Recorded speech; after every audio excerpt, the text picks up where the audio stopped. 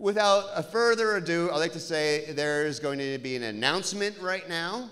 And will the announcer come into the auditorium, the Vets Hall, or do I just stop talking? This was rehearsed a little bit. Moshe, are you coming in here? You gotta say my name. Oh, thank you. I'm not a pro. I'm just, I'm an amateur. He's my mentor, my sensei. Something like this. How many years have you been doing this festival? 11. 11 years, okay. So it's a good time when I'm doing an intro. Yeah, thank you. Ladies and gentlemen, the host of the Endless Honeymoon podcast, please welcome Moshe Kasher! Wow, that was good. That was pretty good. DNA, everybody, give it up for him. All right, wait, why not? Laura, let's start our theme music. Live from the Santa Cruz Comedy Festival, it's the Endless Honeymoon Podcast.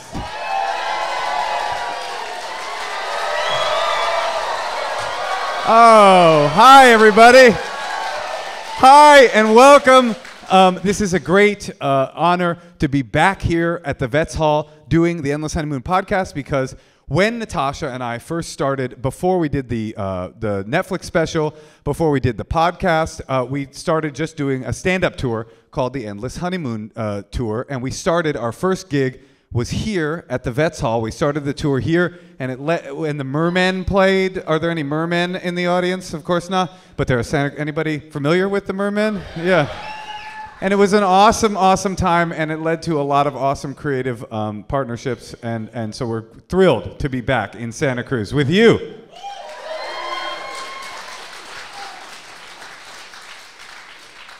And you're probably wondering, where is my co-host? Okay, we did get divorced. Now that's something, no, she's here, but I have a sort of awkward announcement to make. Are you familiar with the COVID-19 virus at all?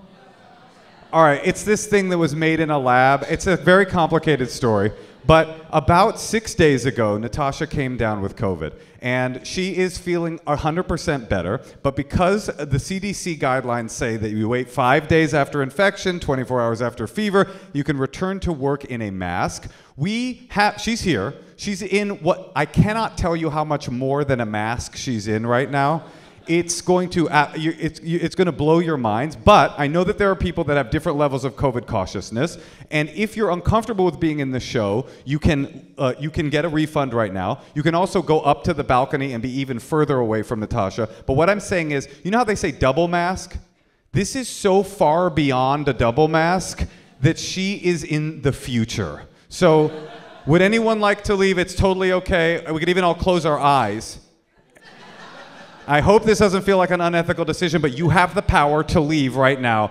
Would you like me to introduce my co-host and wife and the co-host of the Endless Honeymoon Podcast? All right, ladies and gentlemen, straight from the future, put your hands together for the one and only Natasha Leggero.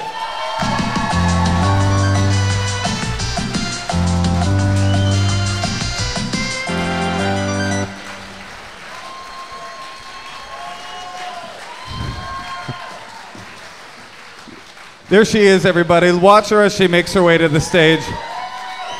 And I introduce you to the technology that she's using right now. This is what's called an air microclimate. And it was given to me by none other than Reggie Watts, who literally is from the future.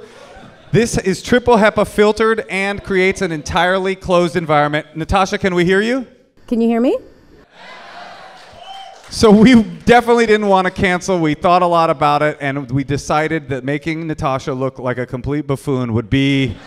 You said I looked like I was going to the Met Ball. Say it again? I thought I looked like I was going to the Met Ball. You do look very Kanye's wife right now, honey.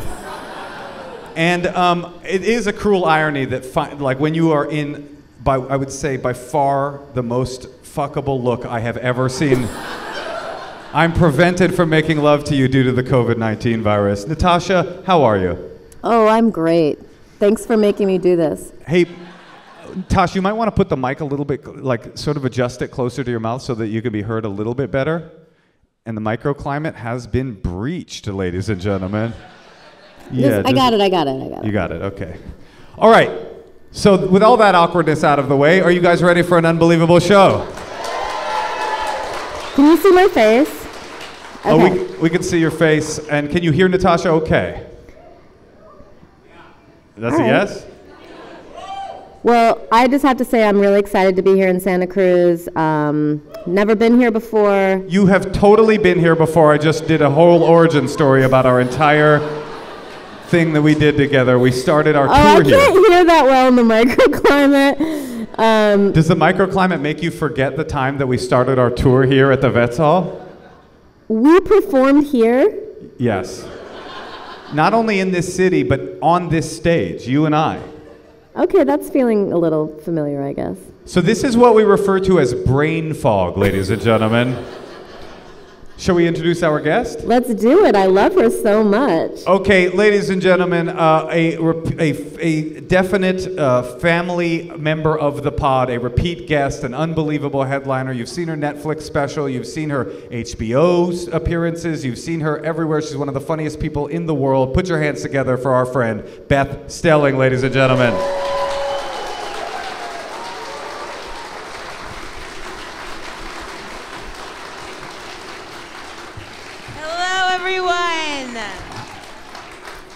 Beth, we love you. I love you back, big time. Natasha, you had a question for Beth right off the start. Oh, yeah. I did. Well, first of all, can I just say, Beth, you're gorgeous. You're a great friend. We love you. I love you. You're in a successful relationship. Yeah. You're a stepmom. I love it. Thank you. And can I just say, Sweet. I love the brain fog. can I just say, Natasha, Yes. you're gorgeous, you're amazing, you're definitely feeding back really hardcore. Is there any way that we can do anything with the audio for her, or is it not possible, Laura? She's doing what she can. Okay, Okay. Natasha, you had a question for Beth. Yes. Why don't you ask it? Here's a question from one of our listeners, Beth. As a woman, how do you give your number to someone without seeming like a creep? By the way, this is not my question. This is a question Okay. that someone called so in. the question is, how as a woman do I give my number to someone without seeming like I'm a creep? That's right. You want to give your I think the question actually is more, how does a woman ask a man out? I've never done it. Have you ever asked a man out? Yeah, that's how I got my boyfriend. Oh, really? Yeah. Describe it. Well, I started slow by giving him my email, and from there we moved. Basically, I knew you know when you meet somebody, it felt like I'm not saying I never believed in love. I've been in love, but this felt like a Disney wind was like The minute you saw him. blowing me towards him. Where Yeah. was it? It was we were at a 4th of July party. Adam Devine's house party, literally, not the show. And I basically was like drawn to him, so I talked to him a couple times, and then I could tell he was about to leave. And I was like, I can't not see this guy again. And so I walked up to him, and if I say the exact thing I said, everybody will have my email, but it's pretty. Okay, what if you say... It's pretty easy to guess. What if you say what you said to him, Yeah. but instead say, it's tylerthecreator@gmail.com. It doesn't make sense. This is stupid to get hung up on. All right. Anybody could guess an email, but the point is, I said, when we were talking at one point, he had thought that we worked together. He was like, didn't we do, because he directed Adam Devine's house party. I got it. That's a comic show where a bunch of comics are on and do shows. And I was like, I was never on that show. And he was like, ugh. Okay. Right, because that is male director for I Want to Fuck You at some point. I think. And then I just said I was never on that. And he was like, oh, okay. And then we talked a little more. And then as he was about to leave, I said, hey, if you remember the thing we worked on, email me. It's just my name at Gmail. And probably 10 minutes later, he emailed me. And what after did he left. remember? He said, turns out I'm just a fan. Oh, that's... It was cute. And you know That's- what I like about women asking men out is we're not going to just like men, they'll just be like, okay, if I ask 10 chicks out, 7 of them will fuck me. You know, like a girl's like, you know, I really had this connection. I think I'm gonna spend it here. Like it's more concentrated or it's more directed. Or I something. knew that. I just had that feeling where I was like, I can't not see him again. I have to try. So I let that feeling propel my body towards him, and information come out of my mouth. So does that mean that you now believe in like the idea of like love at first sight? I think I always believed in that. Right, you're from Ohio, I forgot. Yeah. I've always believed in that, but sometimes it can be like really bad. Like when the world stops, it could be like the con artist who ruins 2 years of your life. Of course. Yes, there can be a different type of force they're giving off. Typically, in the past, you know, I couldn't tell if it was the universe, like, because I have a broken picker. I'm really bad at picking men, and I love alcoholics. So does Ohio, to be honest. Yeah, I love. That's a Trump joke. It's a Trump joke. Oh, I'm sorry, Santa Cruz. Did I misread the room? Yeah, potentially, according to their reaction. But yeah, sometimes you are drawn to someone for the bad itch, you know. Yeah, whenever a romantic connection feels like drugs, I feel like you're in a bad position when you're like, ooh, I got to get more of that, like right now. And I hear and I've never felt that way about you, Natasha. No, but I think that for me, it was the start of something that it felt very at the right time, at the right pace. There was no rushing each other. I also was about to leave on one of my field hockey tours, like to Germany, and I was going to be gone. Beth, can I stop you right there? Yeah. Because you're a well-known comedian, a hilarious comedian, one of the best, in fact. Thank you. But I don't think you can drop, I was about to leave on one of my field hockey trips to Germany without explaining that not only is Beth one of the greatest comedians, but is it, what do you call it? You're in the Masters of Field Hockey? Yeah, I represent I'm the U.S. Women's Masters Field Hockey team, and... How much, like, 'cause you know hockey seems like you have to have so much, like, stuff, like is field hockey gear, like that? Right? Gear. So do you, like, board the plane with, like, a big thing of gear? Yeah, it looks kind of like, it's not as big as golf clubs, but it's a similar type size. I mean, like, I have one that's, like, sort of a backpack, but it's going to be a checked bag. It's going to be oversized in that Do you ever area. make eye contact with passengers and say, I'm one of the masters of U.S. field hockey on your way to your seat? I haven't, but I will try that trip. I would never not do that. And you're headed to South Africa on Monday to represent the United States of America? We're playing in the World Cup, and I'll be in Cape Town. Thanks for the gas. Thanks for gassing me up. Beth, we have another listener-submitted question for you. I'm sorry, but to answer the question, how do you not be a creep? I mean, let's be real. I think we live in America. It's a patriarchal, misogynistic, racist country. Oh, I'm sorry, Santa Cruz. Did I misread the room? So look, a lot of us are used to, and historically, the male asking out, and some people aren't comfortable with that. And I think we've made a lot of great steps in our lifetime, especially where gals are comfortable asking out guys, and guys would also like that too. So I think it's not creepy. In fact, because it's probably still a little out of the ordinary, they probably welcome it, if I'm not mistaken. So I don't think you're going to be too creepy. And but that brings up one other thing that my mind thought of. Sometimes women think there's no boundaries, that just because it's a guy that they want it, and they should be so happy that we gave it, you know? And it's like, no, men have boundaries as well. And if they say no, then that means no. And then go away. You know, you don't just shove yourself on somebody repeatedly over and over again. I mean, you have to want my number because women never ask for it. No. Men, everybody's got boundaries you should respect. I would feel so fucking embarrassed if I asked a guy for his email and he said no.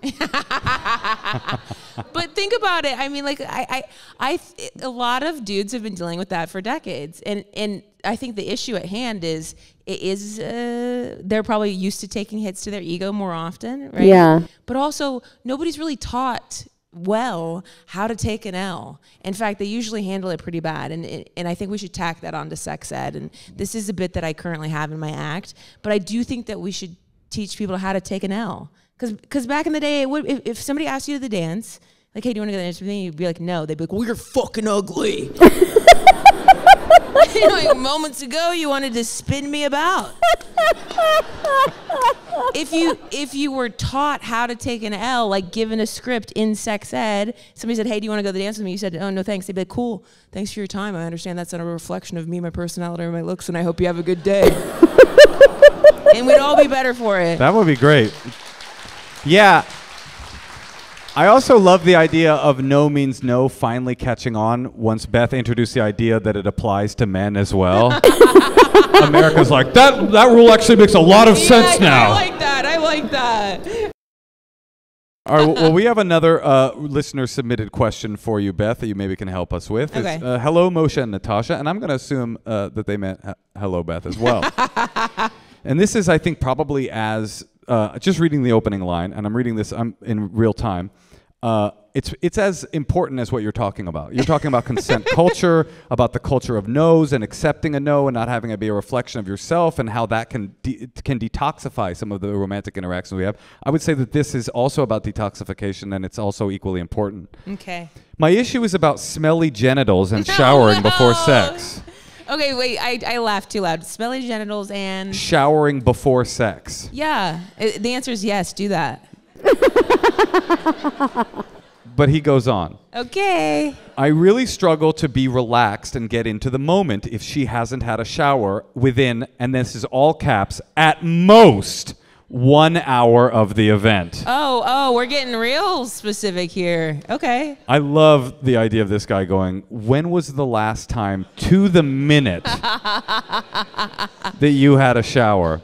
I struggle to discuss this with my partner of 4 years without offending her.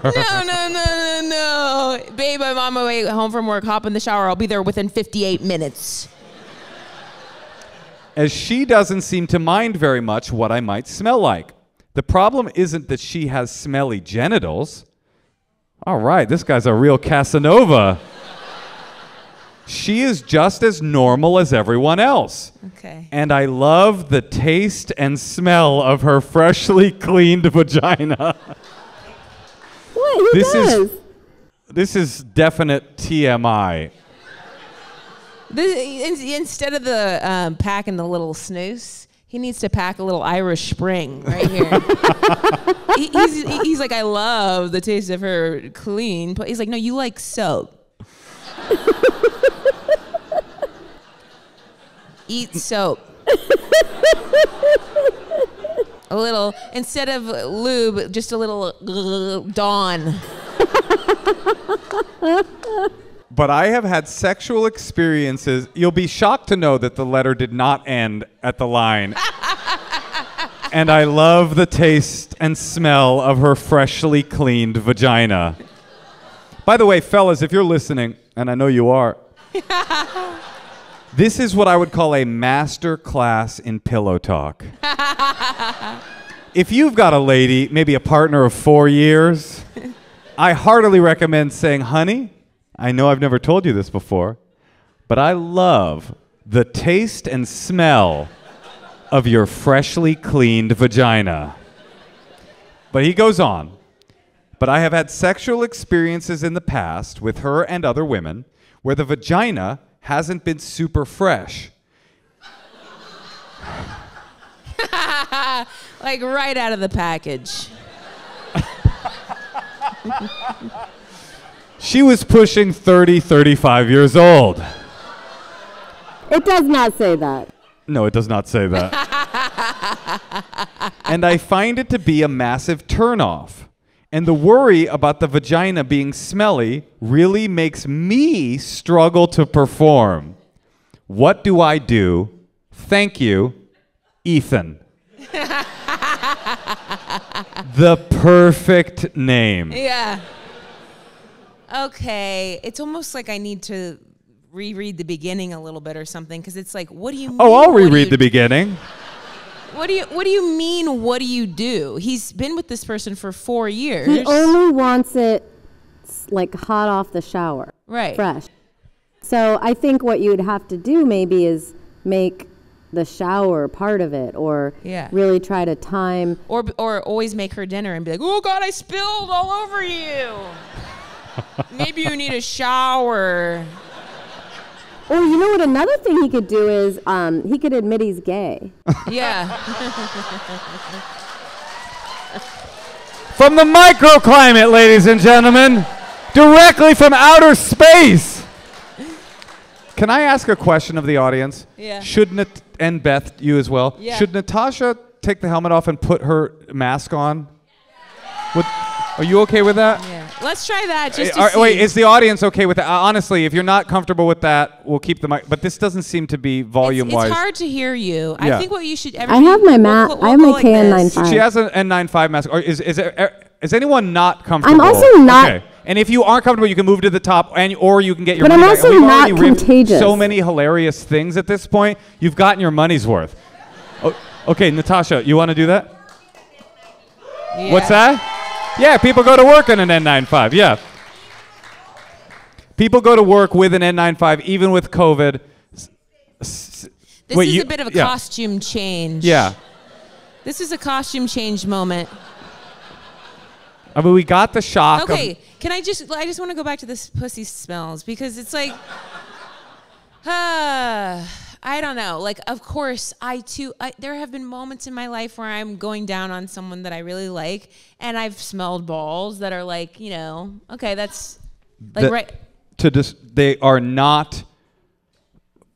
You didn't like the taste and smell of their non-freshly cleaned balls.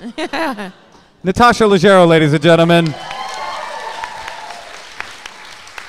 Wow, this sucks too. Yeah. This sucks too. I think it's better though. Yeah. Just put it right up to the mask, girl. Okay. Oh, yeah. It's better. So much better. So much better. Okay, so you've got. I remember this place now. Honestly,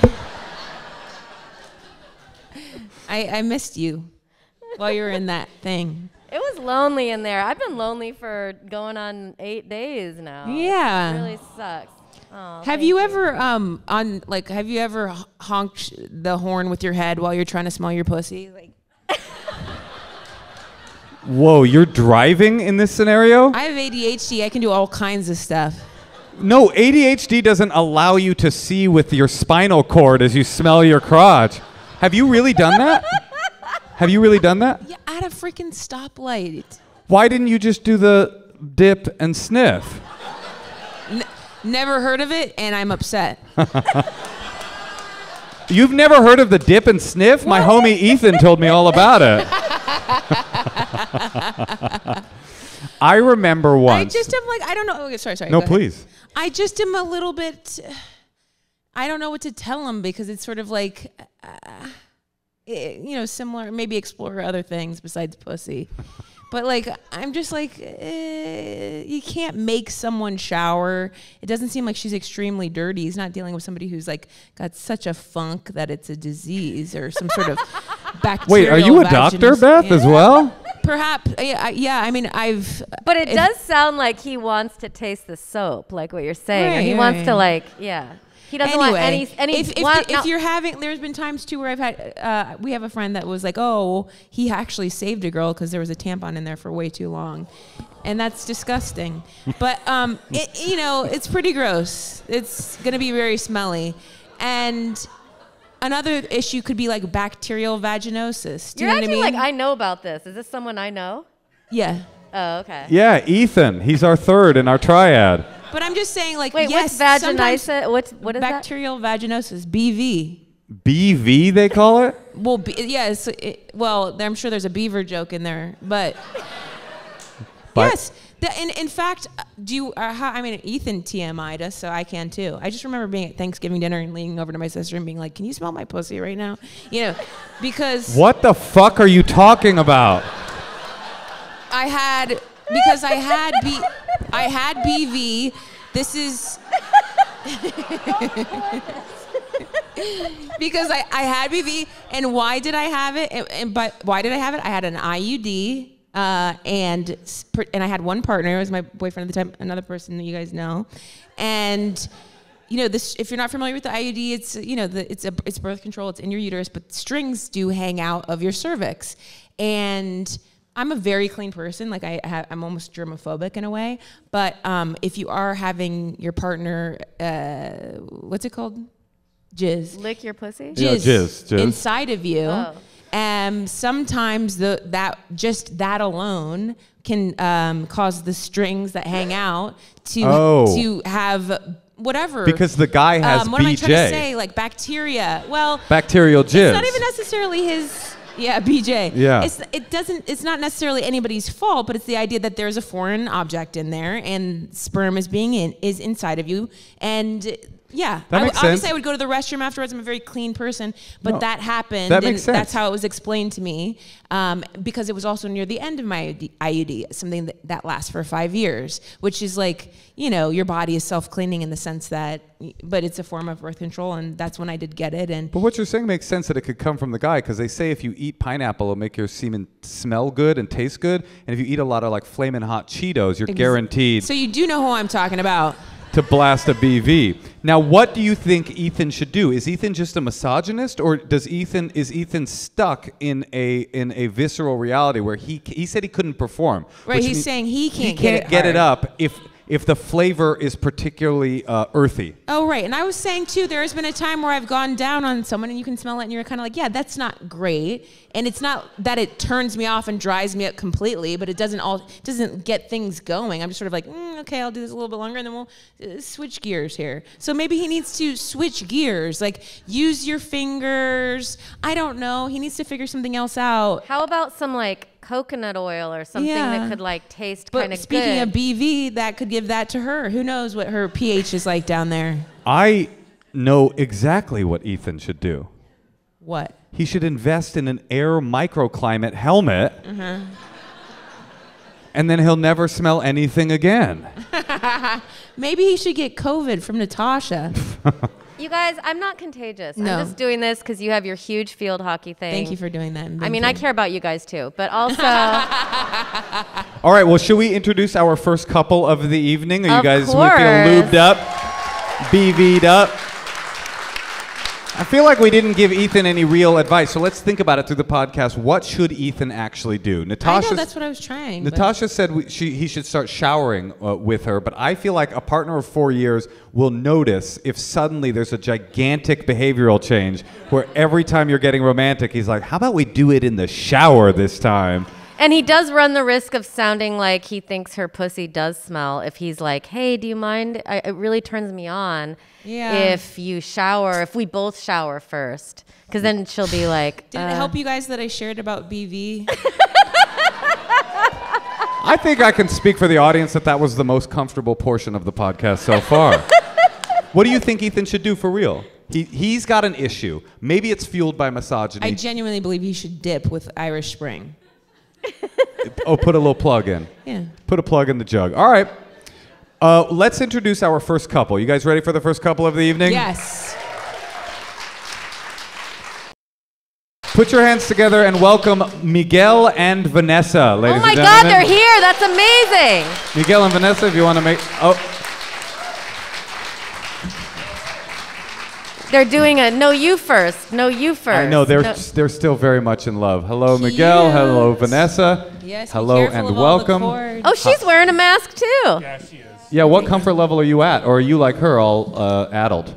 I'm a hospice social worker, so Hospice social worker. yeah, definitely just want to show caution. Do you want to go? You can, Thank you. by the way, go from down there if you prefer It's it. okay, we're 16. Okay. That's why he had to go first. Yeah, Okay, that's why perfect. I'm here. I took them. Okay, here we go. Okay, Here we go. great. Miguel and Vanessa, nice to meet you. Hey, Yeah, hi. Give them a round of applause. thank you. Thank you. Thank you.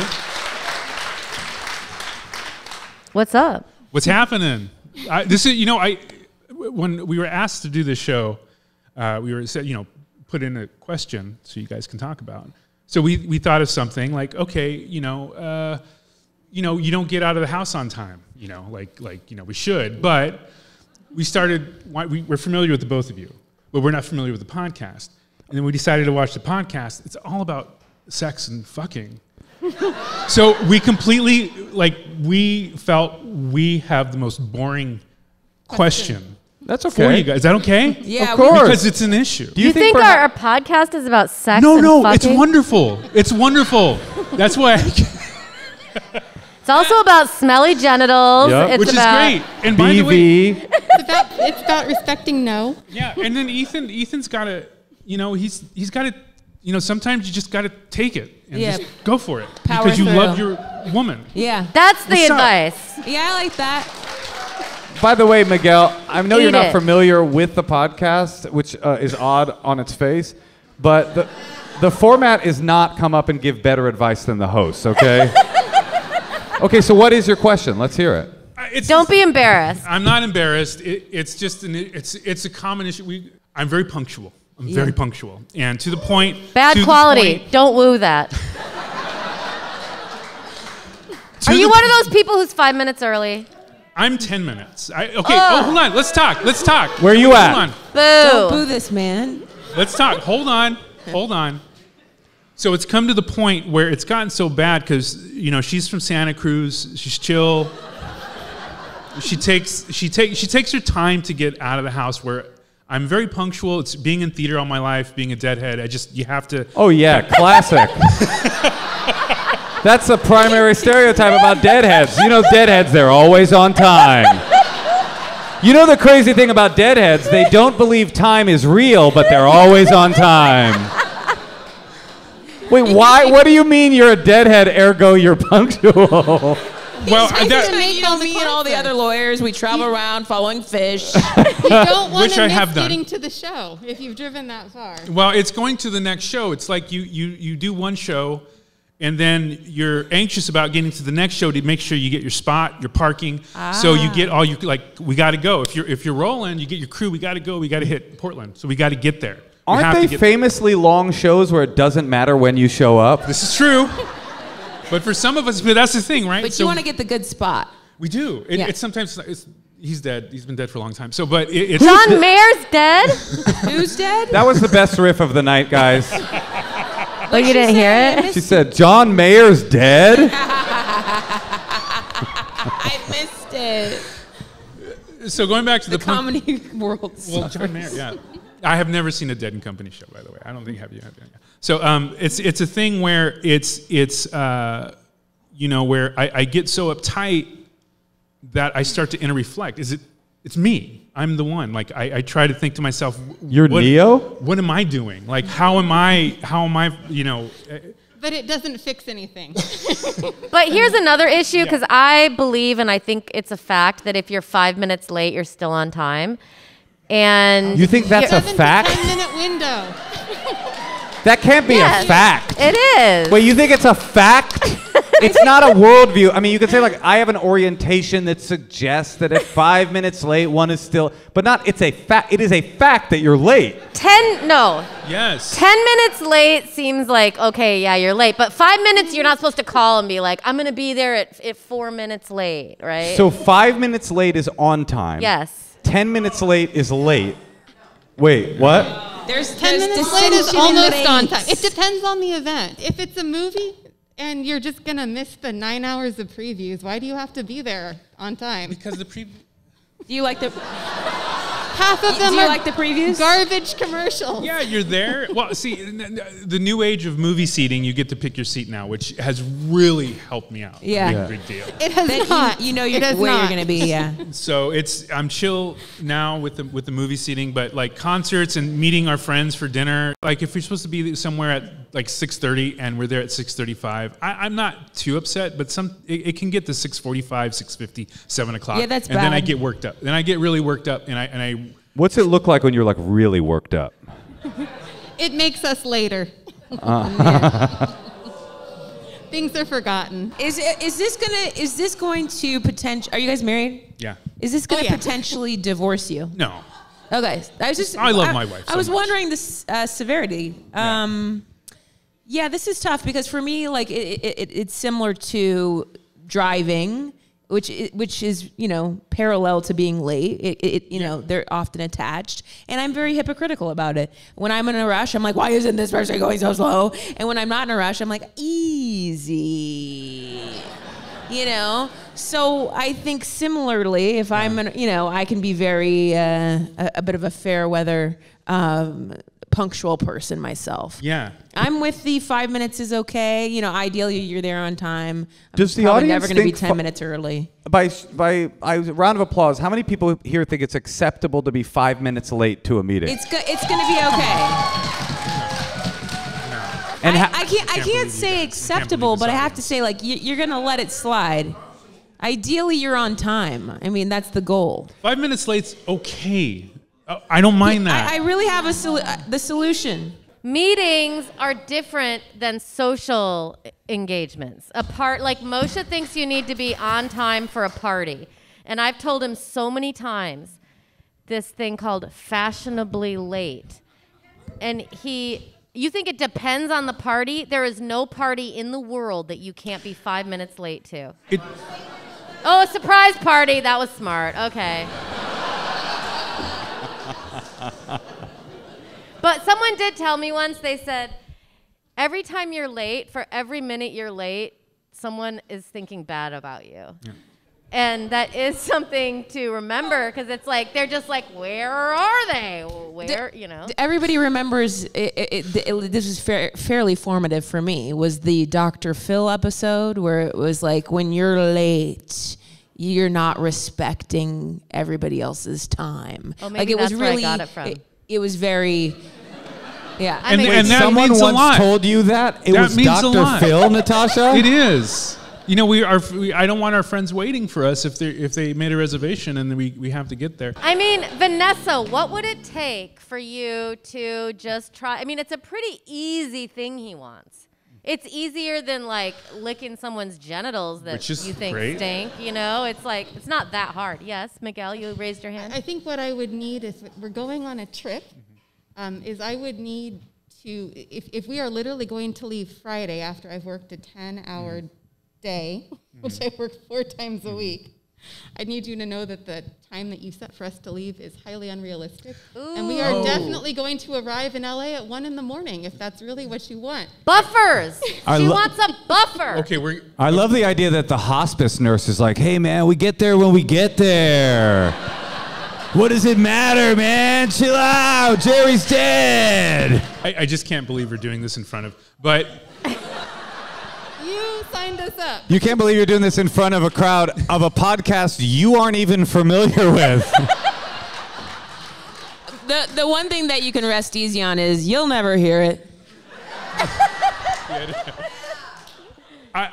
I say 10:30. We're gonna leave at 10:30. Is that cool? And I think I repeat the question several times. Is that cool? If that's cool. I've come to the point at this point, like, hey, what do you need done? I can water the plants. I can walk the dog, in the shower. I'll get all this stuff ready so we can knock out on time. I'll do all the things that you usually like to do before we leave. So I'll take care of it. I'll take care of it so when we go, we're on our way out. But here's the thing. I think as women, we're people pleasers often, and you want to make it happen. You want to make it work. You just work 10 hours with like people who are on their last breath.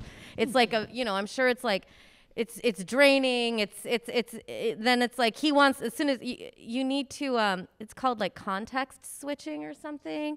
And like you need to maybe start knowing that you need that for yourself. Your job is intense. And like you want to please this guy, I'd want to please him too. He's like, come on, I watered the plants, I packed your clothes. I mean, it's like, it's a lot coming at you. I have packed her clothes. I heard you. Yeah. I'm just saying. He's like, I got you 3 pairs of underwear, a winter hat, and a scarf. What kind of scarf? What kind of underwear? It's all tie-dye, baby. But I think as women starting to realize like what we need, like I'm starting to try to negotiate some new behaviors that I haven't always had in our relationship. With Like what? Well, it's a little private. I could tell. You could just keep it private. No, it's fine. She wants me to shower before we have sex. Ladies and gentlemen, Ethan. No, but I just think like sometimes, we've been married 10 years, and so sometimes things change, or you start to learn about yourself in different ways, and you start to realize that you require more and require other things. Yeah. So I think maybe holding him accountable for that, like even though he really wants to leave at 10:30, and I have a husband who's like that too. Well, how come you didn't say anything? No, I just... Sorry, brother. I'm sorry. I love Box of Rain. I think it's a great song. No, I just think this is so funny that I think what you're saying has great wisdom, Natasha, actually, and deep wisdom. But it is kind of funny that we're framing it as if he's the irresponsible one for wanting to get there on time. You're dealing with an unreasonable person who wants to get to a 6 o'clock movie at 6:02, and that is toxic behavior you're going to have to stand up against. But I think you're right, Natasha, that both of you, this is cool because it's very clear that you have great love for each other. It's very clear that you guys have a very harmonious relationship. And we all have these kind of like widgets of sticking point that get in the way. Like they say the couples have the same argument over and over and over and over and over again. We certainly do. And I think like one thing that could be fun or could be interesting is for Miguel, you to set a few things in advance and say, these are things that I need to be on time for. These are things that are important to me that I want to be on time for. And then everything else, or at least you could put it in your schedule, these are things where I, Miguel, need to like chill. Like a movie, I'm going to chill. You almost put it in your calendar to be more chill. So work on myself. I have to really work on myself. No. Yeah, man. I don't know. I have this one thing too where it's like, there is something you might be able to do. Because she, you know, and I think she's saying like, we say 10:30, but I mean 11. And that's not, and that's not cool either, right? So neither of it's cool. I've done that too. Okay. But I think it's like, I think you do need to help sometimes. Like say she does want to be able to leave at 10:30 and she's like, okay, I can try. You could just take a breath, know what's coming, and just be like, all right, just have the let's get real moment. Yeah. What's the realistic time? And I won't be upset. Like, it's just like, it's that little extra care of like, look at me in the eyes. Let's just get real about it this time. When do you think we really will leave? And I love you so much. And I'm not trying to be upset or passive aggressive, but like sometimes you need that extra, the thing that is your weakness. I don't know. Sometimes I rush things along and I have told my boyfriend that I need him to, even if I'm rushing, what I really actually need is him to slow down to just know that. And then he will. And he'll help me. He'll be like, you're pushing me to rush along, but I know that's not what you want, right? And I go, no, I don't. It doesn't make much sense because why am I doing that? Sure. There's a reason. Yeah. It's traumatic. Okay. But he's saying, I've asked him and told him that that's going to happen. And then he goes, okay, let's slow down though. Like, don't rush this. Can I just say though, at the end of your life, Miguel, just know this too. You got a hospice worker on your side. That's so true. I know this. And he's 7 years older, so he really better be nice to me. Yeah, at the end of your life, she's going to be like, you sure you want to go out right on time, Miguel? Give it up for Miguel and Vanessa, everybody. Thank you. Thank you guys so much. Thank you for joining us. Appreciate you so much. And thank you. Also, you guys can walk off the stage, but another thing to think about, which I try to tell Moshe, like, think about when we're 5 minutes late. Who cares? Why? Like, what's the worst thing that's going to happen? I mean, obviously there's some things that you really need to be on time for, but like, really, cut to, it's like not that big of a deal. Well, I think we all got close to something on that, which is that everybody in a romantic relationship, there's something that your partner does that drives you insane, and it always feels personal, and it never is. It's always not never, but it's often about the constitution of the person. And so I can say for me, in our relationship, Natasha, one of the things that you've called me out on recently is being always making like 90 plans at once. I have a feeling, Miguel, you might be kind of like that. Like you're like a life drinker, like an experienced junkie life drinker. And that is a part of what, like I'll be making plans with her to meet her, and then I'll say, or we could go on a 90-mile bike ride, or also Dead & Company's playing in Vegas, or also we could, we'll be on the way to a restaurant, and he's like, can you Google this restaurant? We already have a reservation. He's like, Google this one, Google that one. And I'm like, why? We have a reservation. It's Friday. And he's like, oh yeah, we could just go there, but I just want to see, like, it's like wanting to know. And then now I'm starting to realize, like, we have a code word that I can say to him when he starts stressing me out with that shit, because we have a plan, you've agreed to it, don't change the program, because a lot already went into me accepting this plan. Thank you. You're right. And I think everything about that was positive except that you chose the code word dumb bitch. And I don't think that...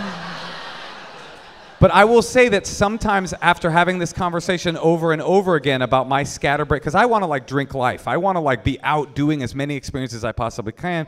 These days... Because he doesn't drink. That could be it. That could be a sobriety thing. It's very possible. But now I'm starting to go, and Miguel, maybe this will be helpful. Once in a while, I go, oh, it's hard for me to do it because it's so pathological. I'll go, oh, this is the thing. I'm doing the thing that makes her crazy, and I try in the moment to go in a different direction. It's so difficult to be, what do they say, like, Viktor Frankl said the space between stimulus and reaction is where freedom lies. I'm trying to like be in that spot of freedom specific to over planning, and I think like becoming conscious of somebody else's need is so difficult when you're not doing it at them. You're just doing it because it's who you are, and I think that is my goal. I could say that. That's my goal. And in fact, I was going to get a bracelet that said "Go slow." And I think just so I could like look down at my own wrist and go, right, go slow because it drives my wife crazy when I go too fast. And this is sexually and about punctuality. Shall we listen to some secrets, ladies and gentlemen? As you may or may not know, the Endless Honeymoon podcast receives your deep, dark secrets on our secrets hotline. And tonight we have some really sweet, juicy ones. Let's play the first. I hate my boyfriend's laugh, and it makes me feel so bad every time he does laugh because I just kind of cringe a little bit inside. Like one time he laughs like on the inhale, kind of like Jimmy Carr's laugh. And so one time he was laughing with his head in his hands. And someone at the dinner table thought that he was crying, and now I can't unhear it. So I'll probably get married to him, so this is just my life. Okay, thank you. Did she say I just got married to him? No, I'll probably get married to him because that's just my life. I love how she's not in charge of her own destiny. I mean... honestly, break up. What are you doing? Yeah. That's insane. I mean, I don't think you have to love everything about your partner, but if you hate their laugh, get a life and find somebody's laugh you do like. Wait, are you saying that that's a deal breaker? Yes, or that it's almost like, yeah, I'm probably not marrying him. I hate the way he comes. What? Find some, like, those are the most joyous things of life. Like that thing. We had an episode of this podcast where somebody left a secret where they said when they're with their boyfriend, he counts down to coming. Stop. He's like 5, 4, 3, 2, 1.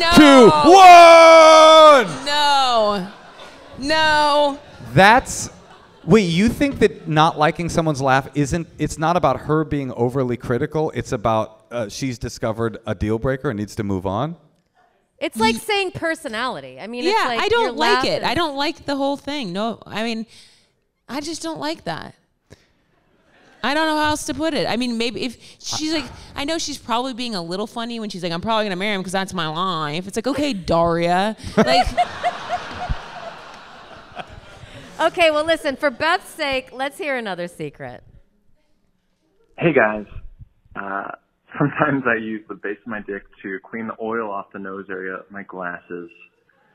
Not the bare dick, just the underwear with pants on.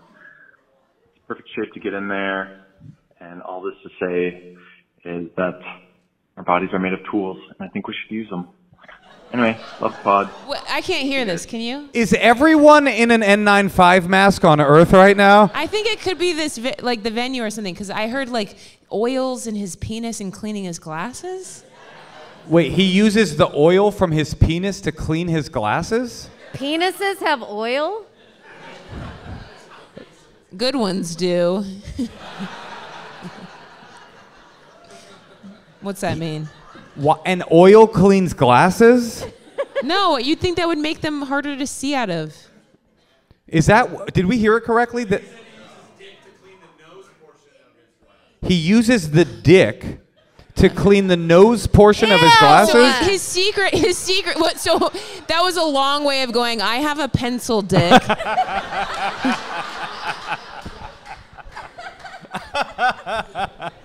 I guess the weirdest thing about me. The weirdest thing about me is where I store my rings is on my nipples, if you know what I mean. They fit an entire ring.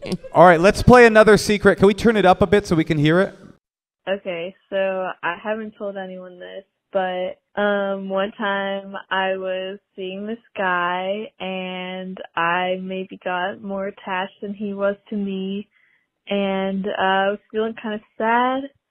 And then I told him I was pregnant when I wasn't actually pregnant, just to like, you know, spice up my life a little bit. We had like an emotional talk. God. But yeah, I feel bad about it in retrospect, but I also gave him a really good blowjob that day. So, you know. Yeah, all's forgiven, I guess. Wait, and then he breaks up with her, but he still gets the blowjob? Did they break up? Yeah, it sounded like things were over. And then she was like, I'm pregnant, but I don't have enough of your jizz in me. The baby's craving jizz.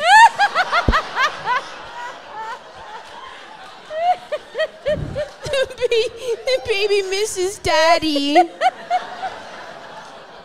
And when did she reveal the truth? Was it at the She end of the never told blowjob? him. Oh, so he thinks he has a child out there? No, she probably said she was getting an abortion. Hopefully she got some money. Speaking of... Why hopefully? You guys, this whole podcast theme is defending toxic femininity. I don't... No. Oh, Santa Cruz. I do not believe in lying about a pregnancy. I do have greeting cards that I have that I actually sell that I have with me that are for people who have semen, and they say thank you for taking Plan B, and on the inside it says please accept my humble offering of Venmo, Cash, or PayPal, and then I also have thank you for taking the abortion pill. I'm not ready to be a father yet, again, or ever. Anyway, I have them with me if you need me. What about I have a vasectomy? No card needed. Yeah. Just take that wonderful orgasm worry-free. You should make a card that says, thank you for getting a vasectomy. I hereby pay for half the surgery. I would. Where my fellas at?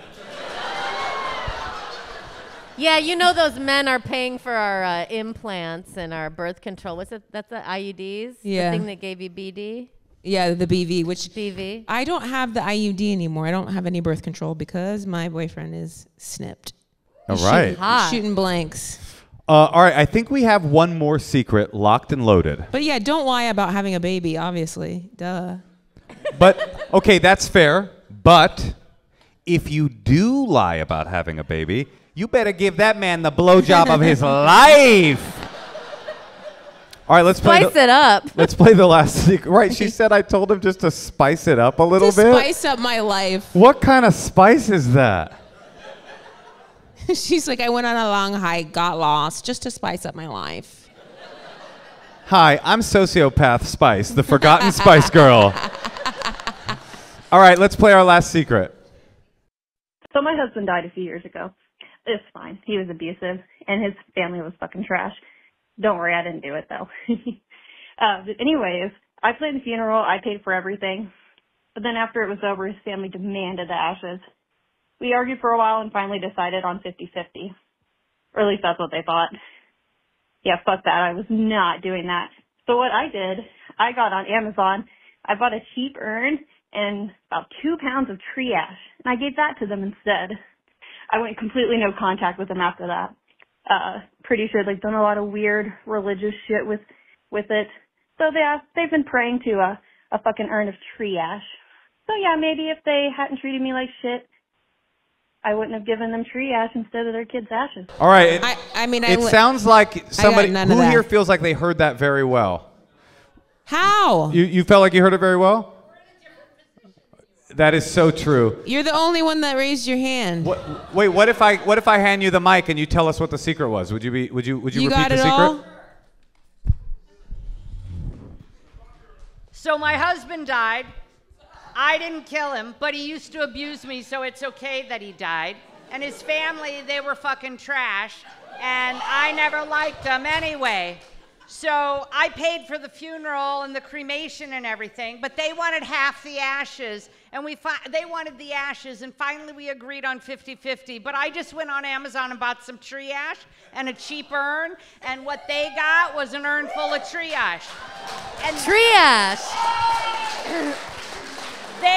They probably did some religious shit with that. I don't know. But maybe if they treated me nicer, they would have had half of his ashes instead of tree ash.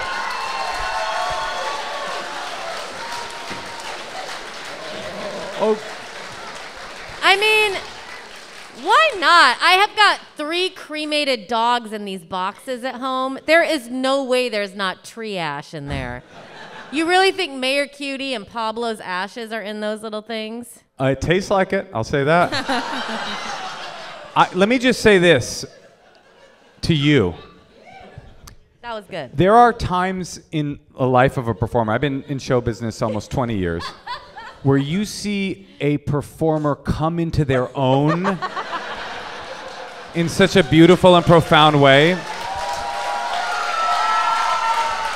Like, do you remember when Marvelous Mrs. Maisel stopped telling jokes and just got real? I was expecting you to go, well, there's a secret where this happened and this happened and this happened. You stood up, you said... No, you embodied the character. It was crazy. It was Daniel Day-Lewis-esque. You quite literally, I mean, I heard nothing. I heard quite literally nothing. It was like, oh, we're going to go, ha, ha, ha. And then you got up and recited it as if it was a monologue you prepared for years. Oh, you think it was her?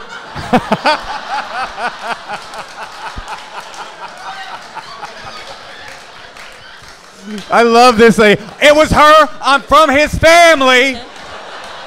And that's tree ash, bitch. It was a beautiful performance. And you guys are a beautiful audience for dealing and bearing with some of these technical difficulties. We appreciate you so much, Santa Cruz. Yeah. Shall we go to our final advice-seeking couple of the evening?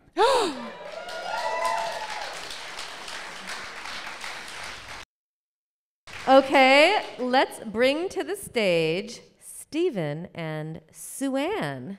Yeah. There they are. Here they come. Let's get these mics ready for them. It's Stefan and Sue-Ann. Is that right, Stefan? Steven. Okay, yeah, no, you were right, Natasha. Sorry. Steven and Suzanne. Hi, guys. Hello, hello, hello. Have you heard of our podcast? Yes, but I read your book when it came out, your first book. Oh, thank you. And I genuflect. It's a phenomenal book. Oh, God. And I Casher in the Rye? Yes.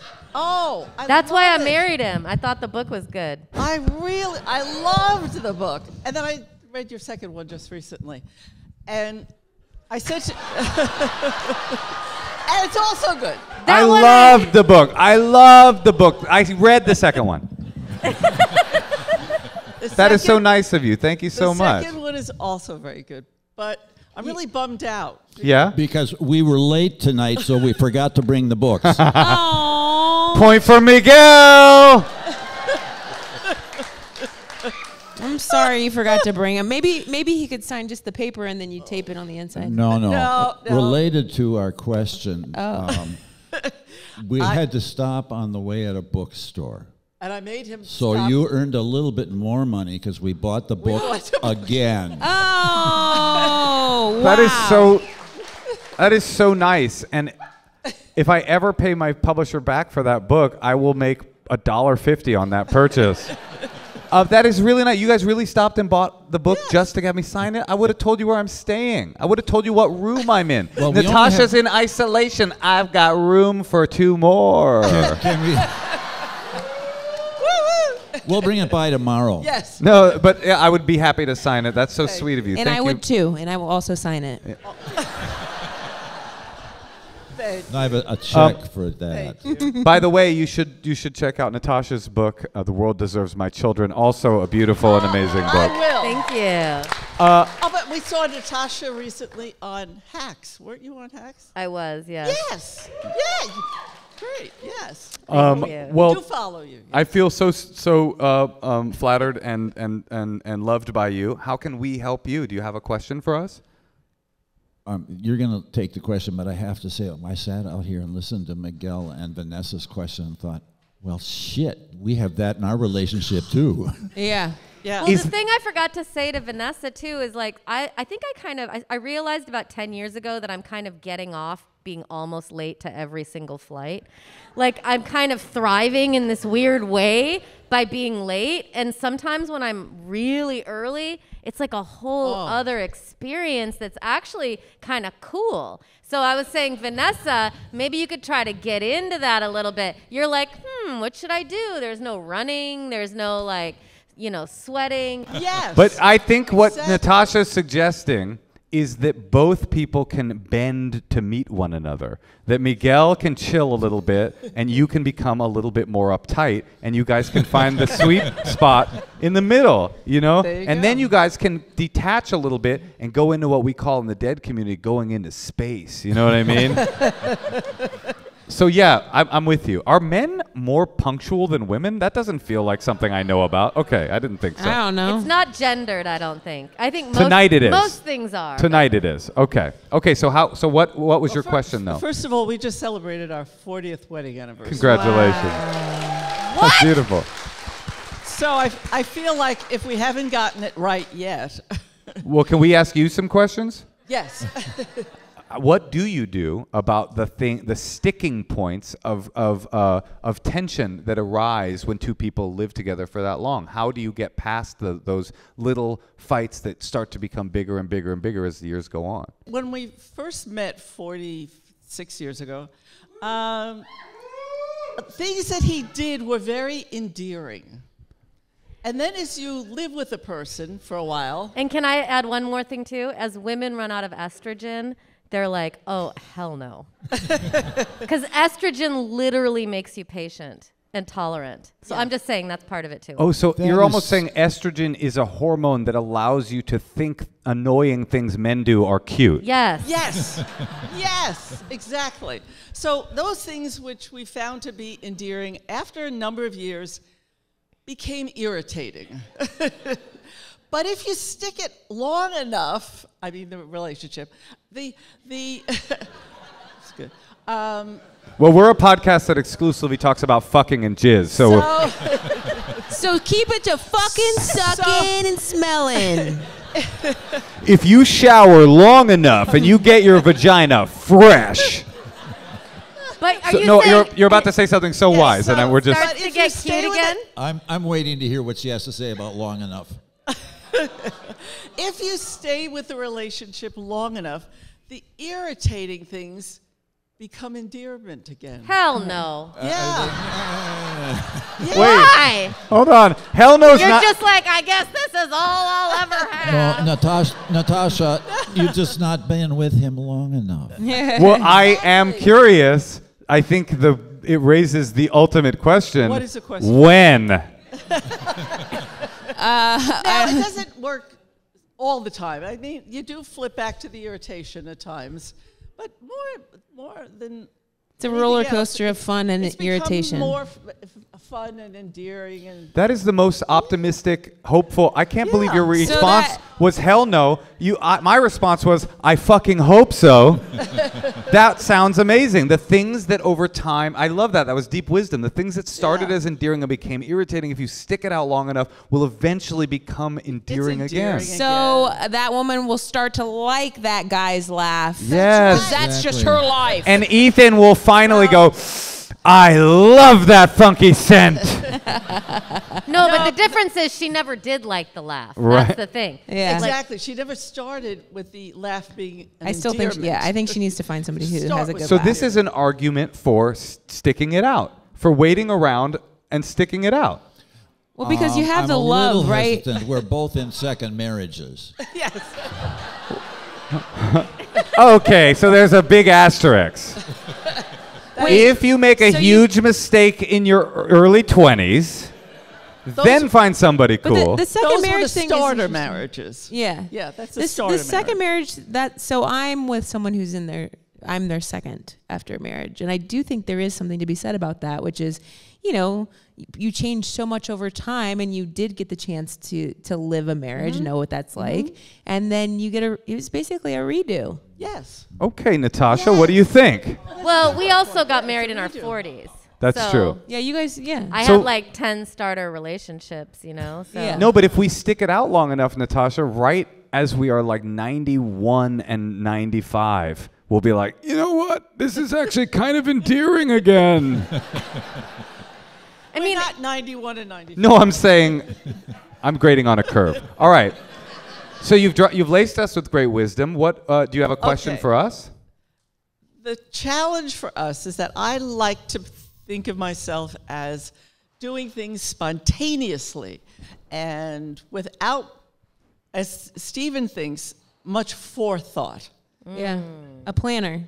That's not he likes to plan. He's OCD, or years ago we used to call it anal retentive. Anal retentive. I know it.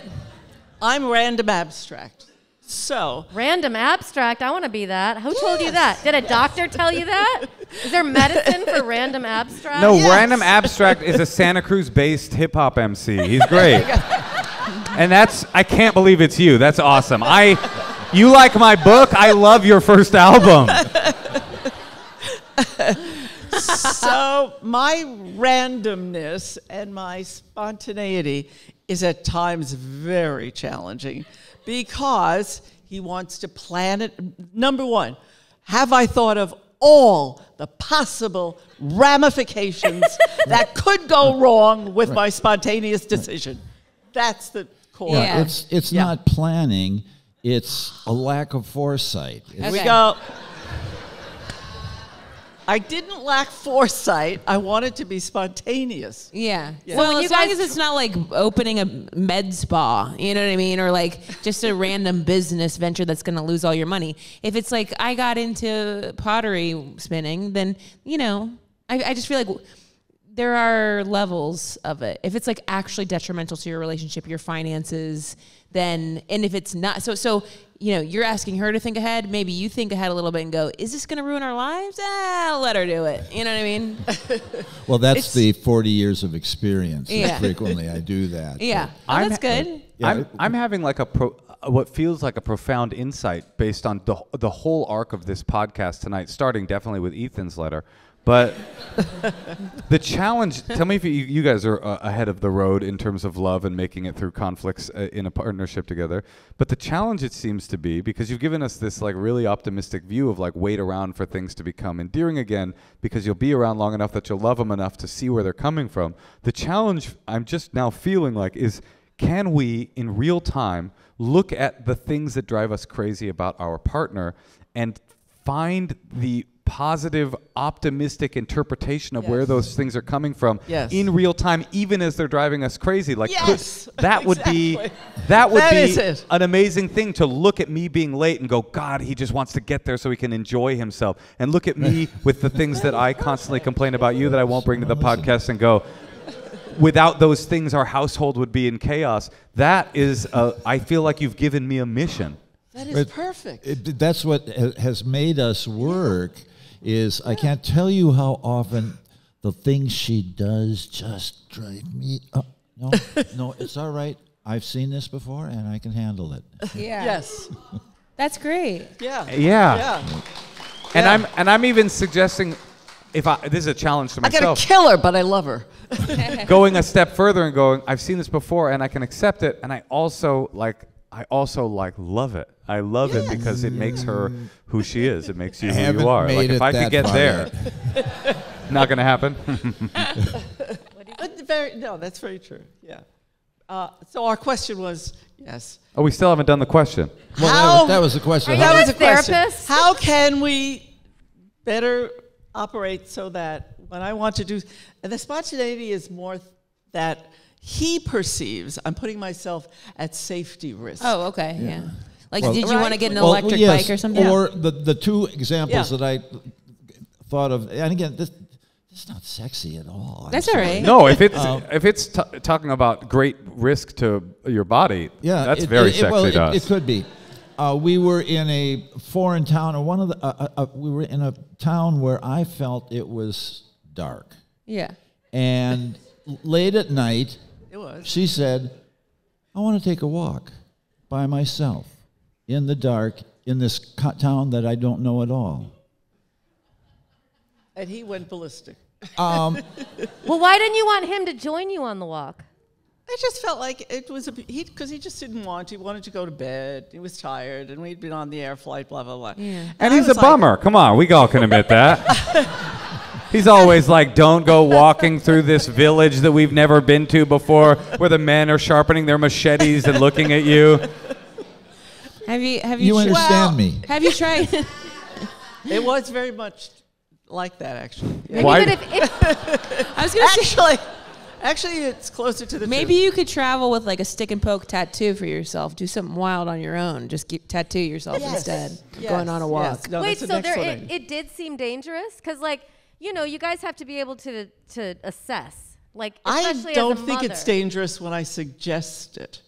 He sees all the 2,986 ramifications that might happen. Sounds like there was one ramification.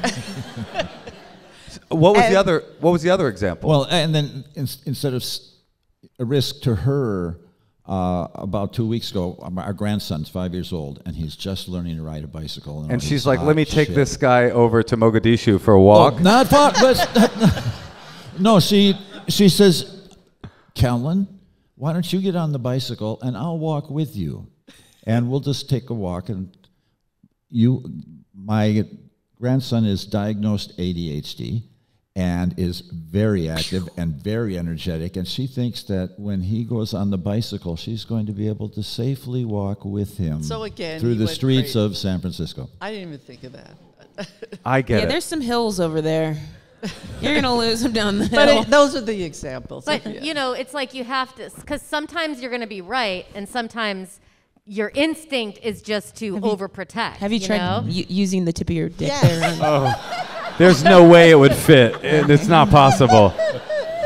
It would fall right through. It's much smaller than that, guys.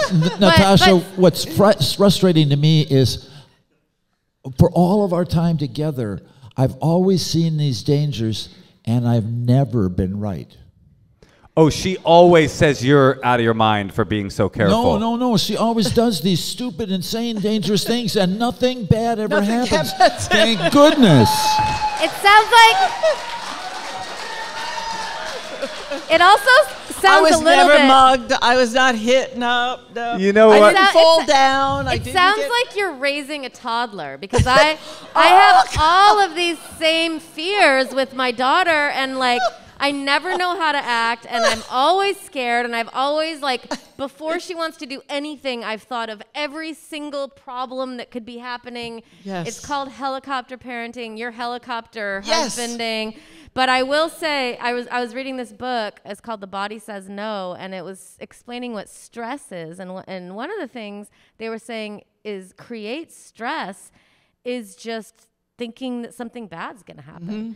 And that ages you and can create a whole host of, you know, health issues like stress. So it's like you can maybe think of it like that, Stephen. You could say, wow, when I'm acting like this is actually bad for my health. And it's actually good for my wife's health to go walking through this dark village. Because you say that the problem is every time nothing happens, but there is that old saying, when it comes to being kidnapped and beheaded in a foreign land, it only takes one. Oh, but it was a beautiful night in Rio, and it was just gorgeous. And It was in Rio? Yeah. Okay. Buenos Aires. Oh, Buenos Aires. So you have to, what's her, Sue-Ann, you have to think about, you know, maybe he's right about some of this stuff. And Stephen, you have to, like, you know, not He's every... never been right. Were you going to be... So did you have any, so do you feel like you have pretty good instincts? Yes. So it seems definite that you have great Born and raised in instincts. New York City, I could tell you every subway. Did you go Oh, on the New walks? York people are always like this. They're like, I'm from New York. There's no way this child could get run over by a cable car. instinct was But embedded when I was you went on the born. walk at night in Buenos Aires? Yeah. And nothing happened? No. Did you feel like pretty aware of your surroundings? And Totally. Yeah. Oh, yeah. All the antennae are up. Yeah. And you just sat at home just But he doesn't with have any diarrhea antennae. or what? He just worries. He doesn't have any antennae. Yeah. You were just at home stressed. I'm a Midwesterner. I am Nothing bad too. ever happens in Minnesota. Oh, in Ohio? Minnesota. Minnesota. Yeah, I'm Ohio. Yeah. So why do you think you take these risks? Do you think you're right, or do you think you're lucky? Oh, because it's so thrilling. Right. Oh. Yeah, dude, there is no thrill like risking your grandchild's life. That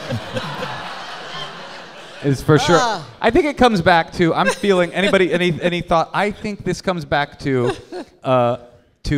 finding a way to love the thing about your partner that drives you crazy, because it's so clear here. You have joie de vivre that you will literally risk your life for, and you have such love for her that you are a stick in the mud and make her go crazy. Okay, and she's saying that you're never right. All these risks always pay off. So in the end, at her funeral, when she does die from some sort of glacier running over her, you go, "I told you so." Fuck yeah! I fucking told you. He is convinced of that. He actually is, yeah. Well, that'll be a beautiful moment. But you love her so much. Give them a round of applause, Stephen and Sue Ann. And for Miguel and Vanessa, thank you so much. And I can't wait to sign the book. A round of applause to Beth Stelling, the one and only hilarious Beth Stelling. Find her on all things website, Beth Stelling Comedy. BethStelling.com. BethStelling.com. And give it up for Moshe Kasher. Thank you very much. And Natasha Leggero. We will see you next time in Santa Cruz. This has been a really beautiful night. Thank you so much, Santa Cruz. Good night.